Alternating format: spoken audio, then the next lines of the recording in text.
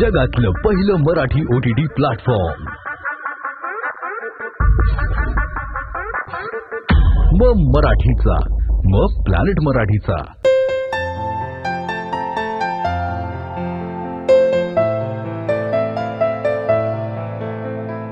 Agilus Diagnostics. मग आणा आणि खा। Chitale bakarwadi T T T T.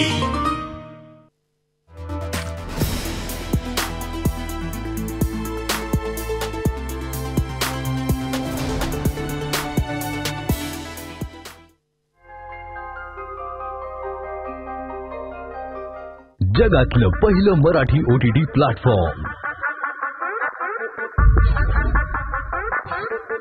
मग मराठीचा, मग प्लॅनेट मराठीचा।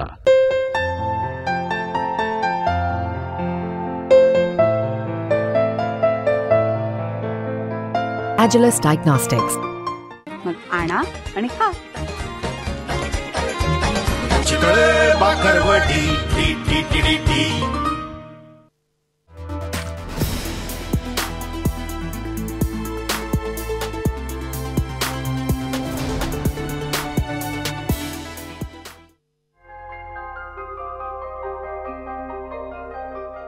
जगातलं पहिलं मराठी OTT प्लॅटफॉर्म मग मराठीचा, मग प्लॅनेट मराठीचा।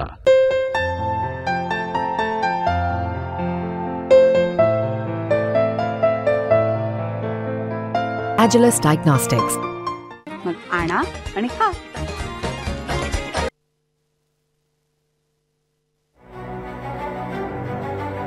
भारताच्या औद्योगिक विकासाला चालना देणारा महाराष्ट्र,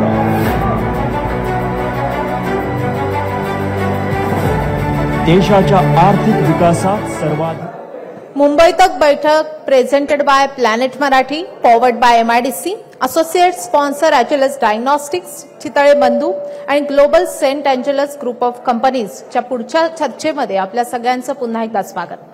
सध्या राज्यामध्ये OBC आणि मराठा आरक्षणाचा संघर्ष विकोपाला गेलाय। हा मुद्दा राजकीय दृष्ट्या किती निर्णायक ठरू शकतो याचा प्रत्यय बीड आणि मराठवाड्यातील लोकसभा निवडणुकीच्या रूपानं आपण पाहिलेला आहे, सगळ्यांना तो दिसलेला आहे। दुसरीकडे हा मुद्दा सामाजिक सौहार्दाच्या दृष्टीनं काळजीचा देखील आहे। या आव्हानात्मक परिस्थितीमध्ये विधानसभेच्या निवडणुकीला आता कसं सामोरं जाणार, भाजपची पुढची रणनीती नेमकी काय, या सगळ्या मुद्द्यांवर सविस्तर बातचीत करण्यासाठी आपल्यासोबत आहेत भाजपच्या नेत्या, राष्ट्रीय सचिव आणि विधान परिषदेचे आमदार पंकजा मुंडे। पंकजाताईंना गेल्या 5 वर्षात मोठा राजकीय संघर्ष करावा लागलाय, मात्र त्यांनी हार मानली नाहीये। या संघर्ष कन्येचा पुढचा राजकीय प्रवास नेमका कसा राहणार आहे याविषयी आपल्याला त्यांच्याशी बातचीत करायची आहे। त्यांच्याशी संवाद साधणार आहेत माझे वरिष्ठ सहकारी अभिजित करंडे आणि मी पंकजाताईंना विनंती करते की कृपया आपण मंचावर यावं।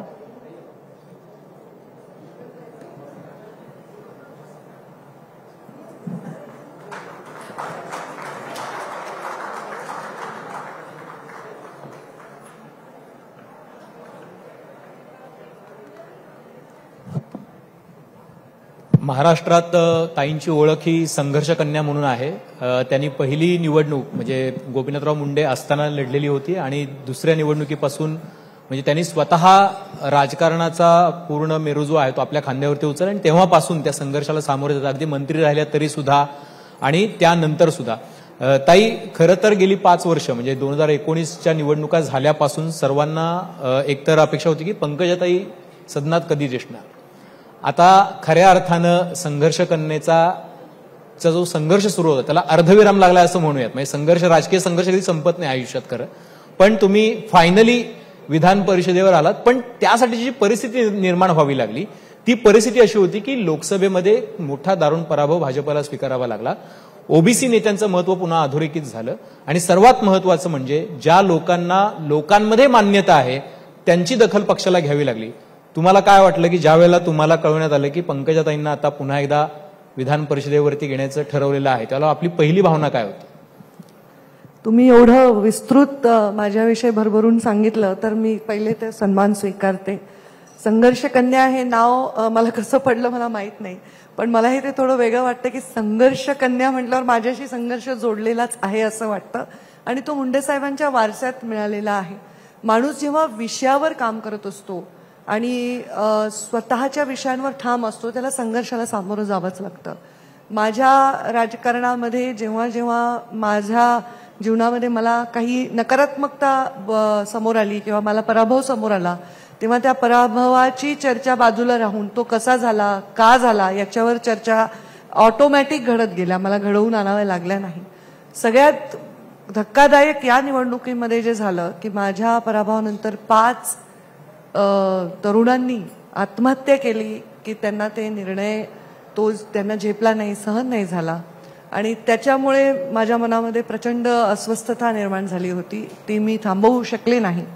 आणि जेव्हा पक्षाने निर्णय घेतला की मला विधान परिषद किंवा राज्यसभा द्यायची तेव्हा मला बाय चॉईस महाराष्ट्रात राहायला आवडेल असं मी त्यांना एवढंच सांगितलं आणि शेवटी त्यांचा निर्णय. परंतु आता मला असं वाटलं की मी जर राज्यसभेत गेले असते तर माझं लिडरशिप ग्रो झाली असती, पण मी विधान परिषदेत थांबल्याने माझ्या लोकांना मी अप्रोचेबल राहिले आणि माझ्यासाठी तो निर्णय महत्वाचा होता. आणि मला जो आतापर्यंत खूप वर्ष जो सन्मान अपेक्षित होता राज्यातील अनेक लोकांना किंवा माझ्या जवळच्या कार्यकर्त्यांना, मला सुद्धा माझ्या परिवाराला सुद्धा तो सन्मान या परिस्थितीत पक्षाने दिला याचं थोडंसं समाधान नक्कीच वाटलेलं आहे. तुम्हाला असं वाटतंय पंकजाताई की लोक जनरली संघर्ष टाळतात, तुम्ही तो संघर्ष टाळला नाही. महाराष्ट्रात पण जर बघितलं तर बऱ्याच नेत्यांनी आपल्या आपल्या नेतृत्वासोबत जुळवून घेऊन आपल्या आपल्या भूमिकांना मुरड घालून आपली जी काही तत्व असतात त्याला थोडंसं बाजूला ठेवून तशा पद्धतीनं मिळतं जुळतं राजकारण करण्याचा प्रयत्न केला. पण तुम्ही अशा पद्धतीचं राजकारण करणं टाळलं आणि त्यामुळे तुम्हाला अधिक सोसावं लागलं, अधिक भोगावं लागलं. पक्षामध्ये सुद्धा कदाचित तुमच्यामुळे जास्त इन्सिक्युरिटी निर्माण झाली असेल पक्षामधल्या नेत्यांमध्ये, त्यामुळे हे झालं. कशामुळे वाटतं की तुम्हाला इतका काळ हे सगळं सोसावं लागलं? खरं मी सांगू का, याचं उत्तर कसं द्यावं मला कळत नाही. ह्याचे 2 भाग आहेत. एक, हा निर्णय मी घेतलेला नसतो की मी कोणत्या भूमिकेत काम करायचं. ऑफकोर्स आपल्या आईवडिलांना सुद्धा मुलगा डॉक्टर व्हावा वाटतो आईवडिलांना आणि मुलाला इंटरेस्ट असतो इंजिनियर होण्यात किंवा तुम्हाला जसं मास कम्युनिकेशनमध्ये जायचं, आईवडिलांना वाटलं असेल आणखी काही करावं. तर तसं पार्टीची भूमिका जी असते की आपण कधी काय कोणत्या व्यक्तीला भूमिका द्यायची ही ते पटकन उघडून सांगत नाहीत उच्च नेते आणि त्यामुळे आपण त्याच्याबद्दल सकारात्मक भावना ठेवून काम केली पाहिजे. मी जेव्हा चॉईस दिला 2019 मध्ये की मला केंद्राच्या राजकारणात काम करायचंय राज्यापेक्षा, तर मला केंद्राच्या राजकारणात नेलं आणि केंद्राच्या राजकारणातून मध्य प्रदेश सारख्या राज्याची जबाबदारी दिली. तर मी या काळाला संघर्षाचा काळ मी मानत नाही. मी मगाशीच म्हटलं मला संघर्ष, कारण तो माझ्या लर्निंगचा काळ होता, शिकण्याचा काळ होता. मला क्रीम ऑफ बीजेपी बरोबर वावरण्याची संधी मिळाली. डायरेक्ट प्रधानमंत्री, अमितभाई शहा, राष्ट्रीय अध्यक्ष, सीएम्स ह्या सगळ्यांच्या टीम बरोबर मी एवढ्या लहान वयात मला तिथे संधी मिळाली. तर मी तो काळ अत्यंत चांगल्या स्वतःला कंगोरे पाडण्यात, स्वतःला ऑल्टरेशन्स मध्ये घालवला. जुळवून घेतलं का नाही घेतलं हे सगळे परसेप्शन लोकांनी निर्माण केलेले आहेत. जुळवून घ्यायचा विषयच नाही, कारण हा पक्ष कोणाच्या मालकीचा नाही. हा पक्षाची बेसिक जी आयडिओलॉजी आहे ती पक्षाची आयडिओलॉजीच अशी आहे की हा पक्ष एका व्यक्तीचं कधीच होऊ शकत नाही. त्यामुळे जुळवून कोणाशी घ्यायचं, जुळवून पक्षाच्या आयडिओलॉजीशी घेतलं तेवढं पुरेसं आहे. व्यक्तिवाद तर आम्हाला मान्यच नाही. पण पंकजाताई, आता आम्ही पंकजा 2.0 असं तुम्हाला म्हणू शकतो, कारण 5 वर्षानंतर आम्हाला एक वेगळ्या पंकजाताई दिसतात, संघर्षातून बाहेर आलेल्या. तुम्हाला संघर्ष करण्याचं म्हटलंच जातं, मात्र आता त्याला वेगळी किनार आहे. म्हणजे आरक्षणाचा संघर्ष आहे, तुमच्या स्वतःच्या उमेदवारीपासून, नंतर उमेदवारी मिळाल्यानंतर निवडणुकीत पराभव, या सगळ्या गोष्टी आहेत. या 5 वर्षांनी तुम्हाला नेमकं काय शिकवलं? आणि आता पुढच्या अनेक आव्हानं तर तुमची संपलेली नाहीयेत. तुम्हाला आता जनमानसात जायचंय, पुन्हा एकदा ते जिंकायचंय, कारण आता तुम्ही विधान परिषदेवर आहात. तुम्ही आता लोकातून निवडून नाही आला, तर जनतेशी तुमची नाळ तुटता कामा नये. तुमच्या समोरचे आता काय चॅलेंजेस वाटतात आणि आता तुम्ही काय शिकलात मागच्या 5 वर्षामध्ये? अरे बापरे, माझं काही 2.0 म्हणता येणार नाही. प्रत्येक व्यक्ती बेसिकली इव्हॉल्व्ह होत राहतो 5 वर्षांनी, 10 वर्षांनी त्याच्या अनुभवांप्रमाणे. तर जसं एखाद्या व्यक्ती, जसं माझ्यासाठी चांगलं झालंय की मी मे बी डायरेक्ट फ्रंटवर नव्हते, पॉलिटिकली संविधानिक राजकीय फ्रंटवर होतेच. मी राजकारण काही सोडून गेलेली नव्हते. मला बऱ्याच वेळा लोक असं सांगतात, तर मला असं वाटतं मी राजकारणाच्या बाहेर तर नव्हते ना, तर राजकारणाच्या बाहेर नव्हते. परंतु तसंच एखादा व्यक्ती मुख्य प्रवाहात आता असेल तर त्या व्यक्तीसाठी पण एक पार्ट 2 निर्माण होणार आहे येणाऱ्या काळामध्ये. तर हे चालतच राहणार आहे, ही प्रक्रिया आहे. मी काय शिकले तर मी पक्षाला खूप जवळून बघितलं. मी संघटनेतून आलेली नाही. मी एका परिस्थितीतून आमदार झाले होते 2009ला. त्यामुळे मी पक्ष जवळून पाहिला, संघटनेत काम करण्याचा अनुभव घेतला. राज्याच्या, दिल्लीच्या, मध्य प्रदेश सारख्या राज्याच्या मोठमोठ्या नेत्यांकडनं खूप मला शिकायला मिळालं आणि त्याच्यामुळे तो एक अनुभव माझ्या गाठीशी फार राहिला. आणि एक प्रचंड पेशन्स जो आपल्याला एका वयात आपण जेव्हा असतो तेव्हा आपण रिबेलियस असतो आणि तो पेशन्स आपल्याला अपेक्षित नसतो तेव्हा, आणि तो हळूहळू आपल्यामध्ये डेव्हलप होतो. आणि हे जे माझं एज आत्ता राजकारणात आहे ते असं एज आहे की ज्याच्यामध्ये संयम आणि उत्साह दोन्ही एकत्र वापरायचं एज आहे. आणि मला वाटतं की त्या वयामध्ये ते अनुभव माझ्यासाठी अत्यंत महत्वाचे आहेत. जनतेतून मी निवडून नसेल आले तरीही मी विधान परिषदेवर, मला वाटतं विधान परिषदेवर जाण्याचे वेगवेगळे नियम असेल. कोणी खास असेल कोणाचं, कोणी कोणाच्या कामं केली असतील पक्षाची, कोणी पक्षाशी लॉयल राहिलं असेल, कोणी आणखी काही असतील, कोणी पक्षाचं ऑफिस सांभाळलं असेल. पण माझं त्या विधान परिषदेत जाण्यामागचं जे कारण आहे ते कारण आहे कारण मी लोकातली आहे. मला उगीच तिथं दिलेलं नाही.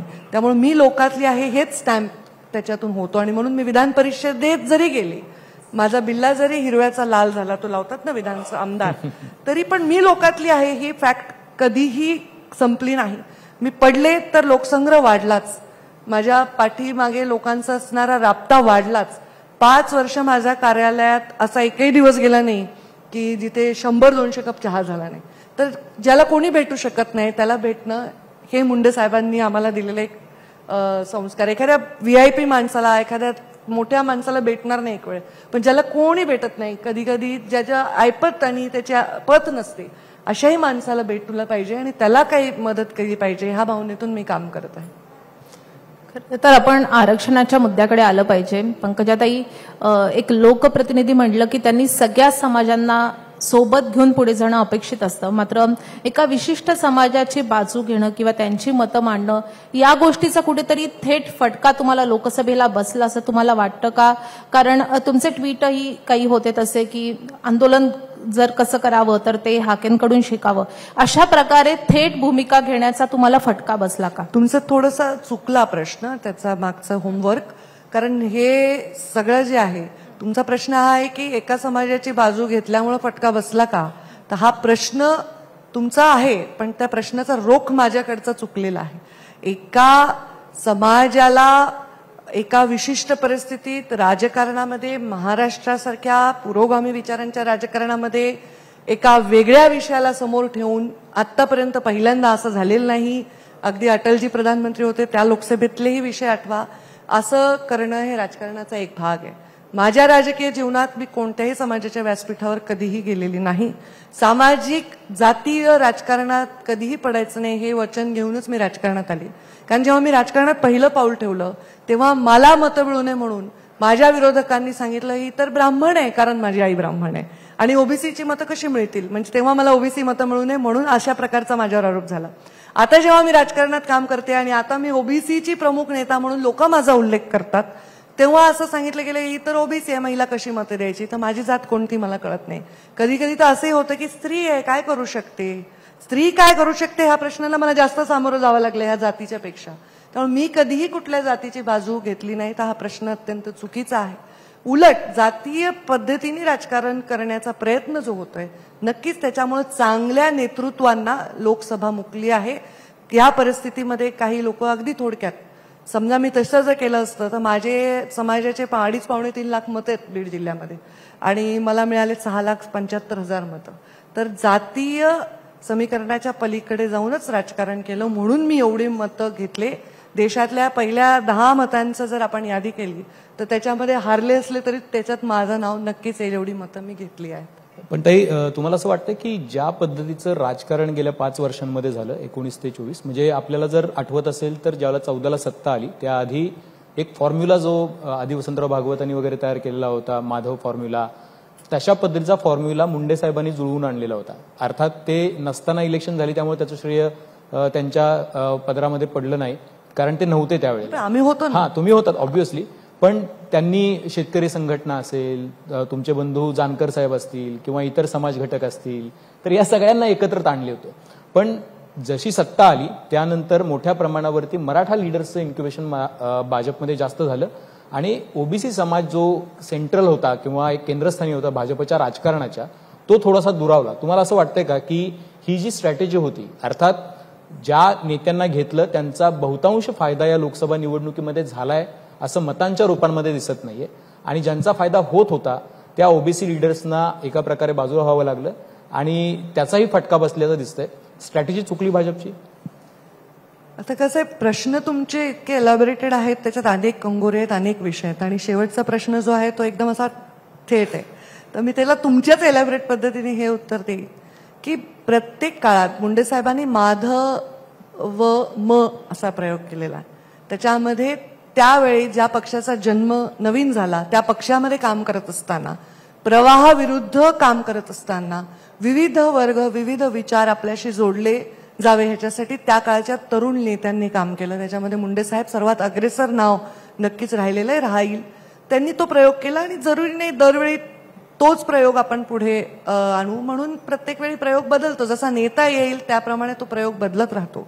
परंतु प्रत्येक पक्षाचे लॉयल वोटर्स हे ठरलेले आहेत. हे काय आपण आता नाकारणं म्हणजे अगदीच उगी वेळ पांघरून पेडगावला गेल्यासारखं. प्रत्येक काँग्रेसचे काही वोटर्स हे लॉयल आहेत, भारतीय जनता पार्टीचे काही वोटर हे भारतीय जनता पार्टीचे लॉयल आहेत. रिजनल पक्षाचा एक वेगळा अजेंडा असतो, त्या पद्धतीने ते करतात.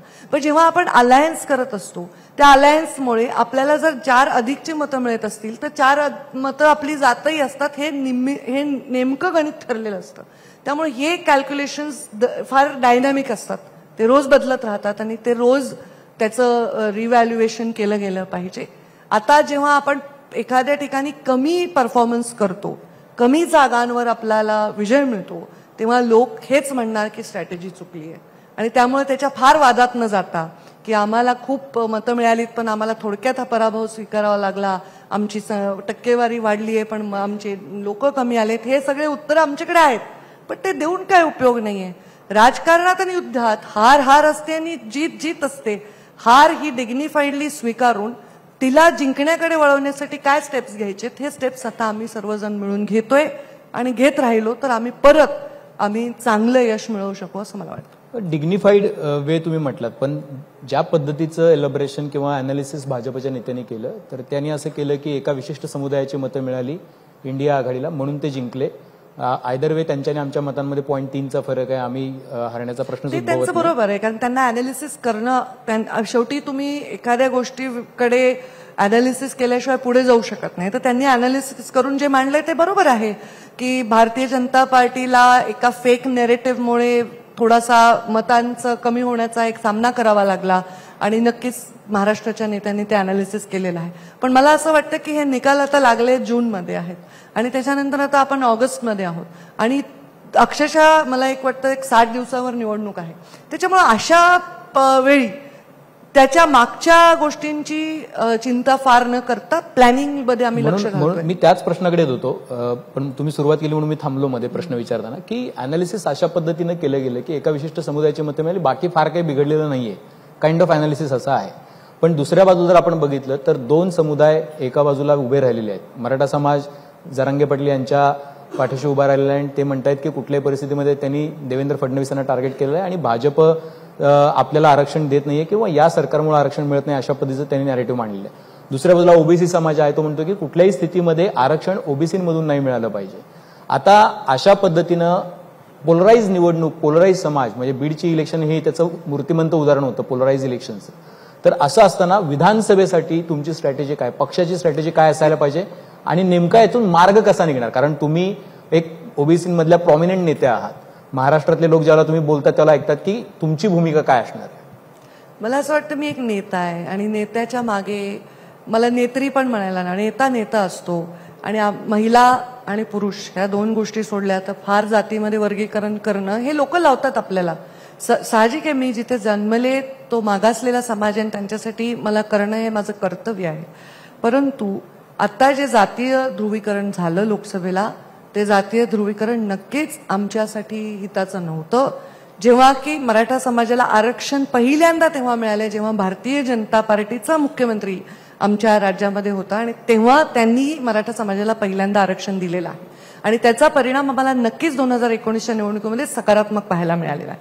मग जेव्हा आमच्या मागे समाज एक येऊन उभा राहतो जो कधीही भाजपाचा वोटर नव्हता, तर तो समाज डिव्हिएट करण्यासाठी अशा गोष्टी उभ्या राहतात. आंदोलन ज्यांनी सांगितलेलं आहे वेळोवेळी वेगवेगळ्या नेत्यांनी वेगवेगळ्या पक्षाच्या की मराठा समाजाला आरक्षणाची गरज नाही, आज ते त्याच्यावर मौन बाळगून बसलेले आहेत आणि ओबीसीतून मराठा समाजाला आरक्षण द्यावं किंवा नाही याच्याबद्दल ते मत प्रदर्शन करत नाही आहेत.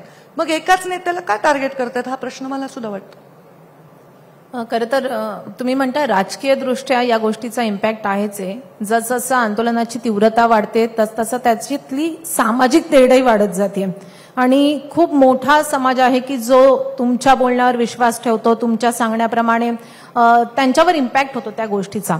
हे सगळं पाहता ही सामाजिक तेढ कमी करण्यासाठी तुम्ही आता काही प्रयत्न करताय का, करणार आहात का, तुम्ही काही पुढाकार घेणार आहात का यासाठी? असं काय, माझं जे रोल आहे त्या रोलप्रमाणे मी जे प्रयत्न करते ते मी करते, पण मुख्य रोल हे मुख्य पदावर जे विराजमान लोक आहेत त्यांच्या हातात आहेत आणि जे मुख्य आंदोलक म्हणून म्हणतात की आम्ही आंदोलक आहेत त्यांच्या हातात आहेत.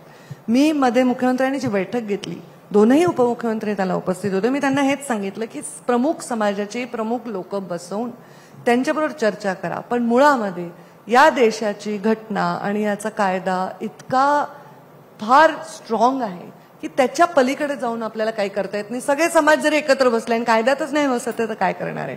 त्यामुळे मी नेहमी वेळोवेळी हेच सांगितलेलं आहे की कायद्यात बसणाऱ्या मागण्या करा आणि कायद्यात बसणाऱ्या मागण्या पूर्ण करण्याचे शब्द द्या.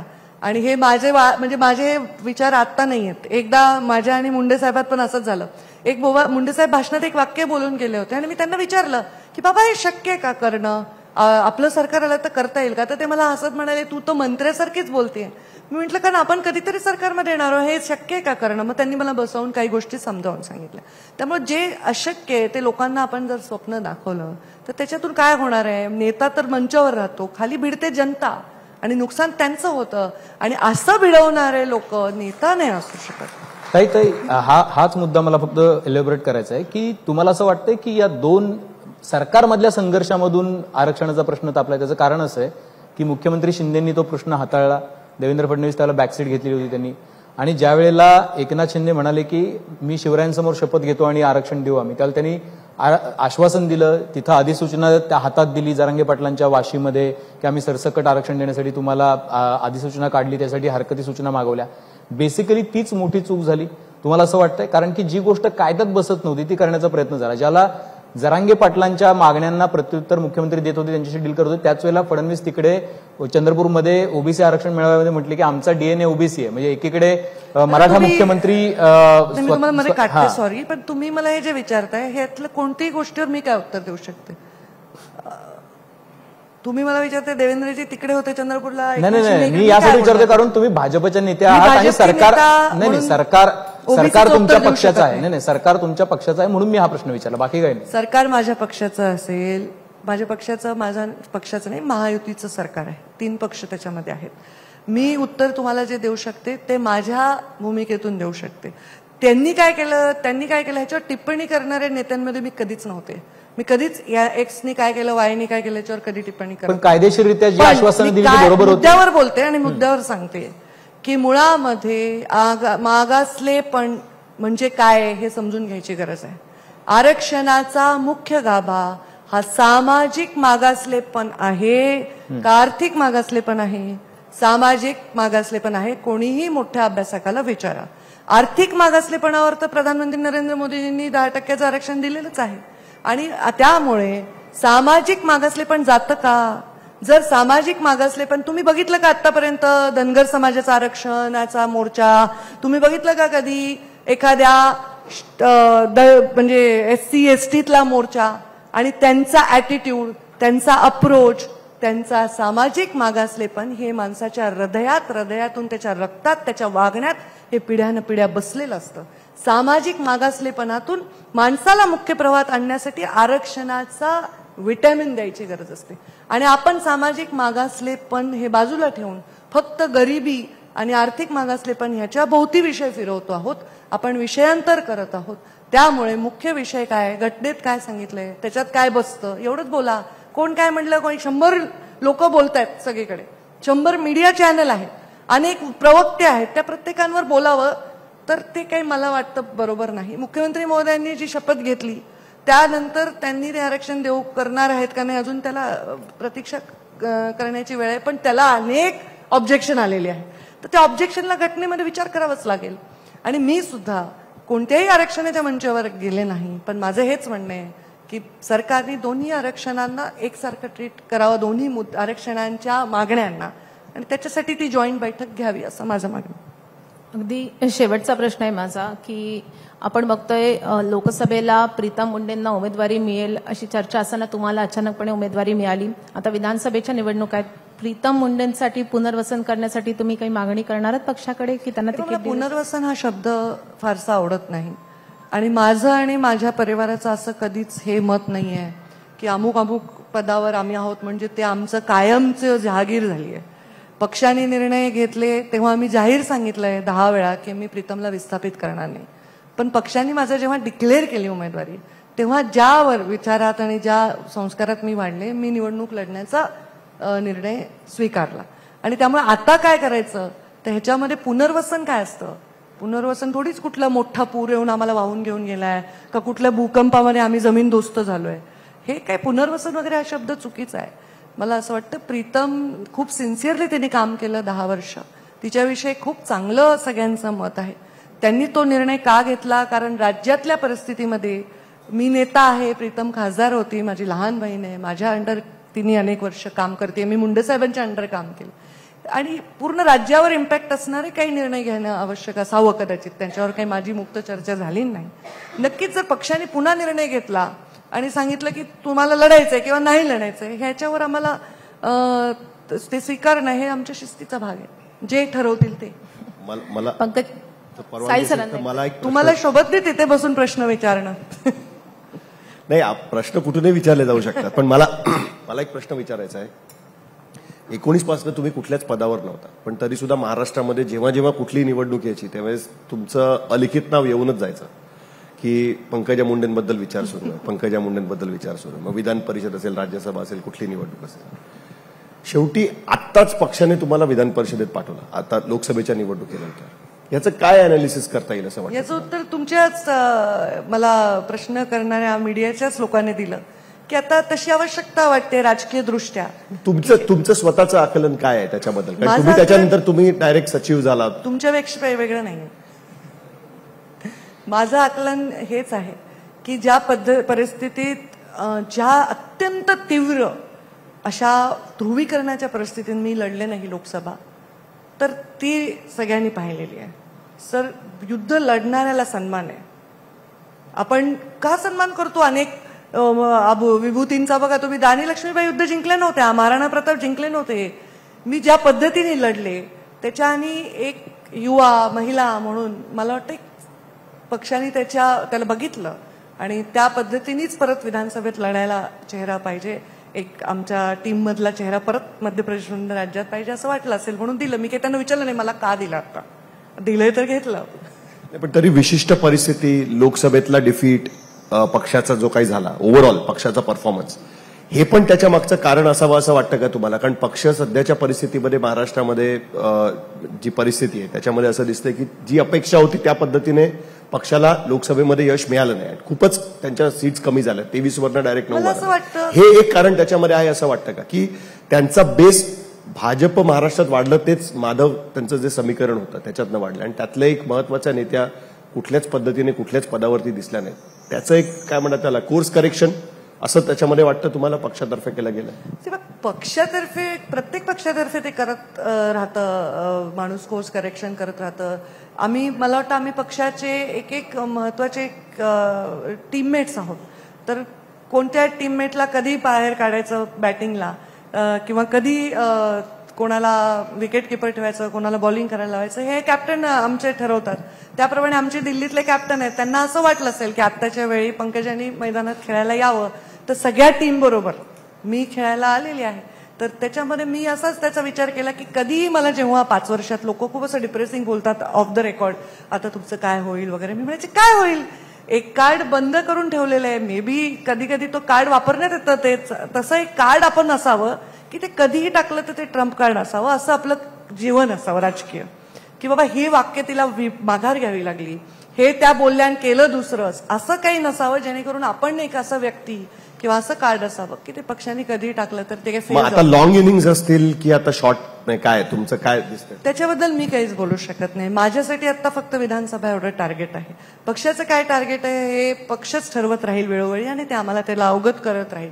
आता तरी पक्षाने मला विधानसभेत चांगली जास्तीत जास्त मेहनत घेऊन जास्तीत जास्त सीट निवडून आणण्यासाठी योगदान देण्याचं दायित्व दिलेलं आहे. मला एकटीलाच दिलेलं नाही, आमच्या पूर्ण टीमला दिलेलं आहे आणि आम्ही सगळे मिळून त्या दायित्वाकडे वाटचाल करत आहोत.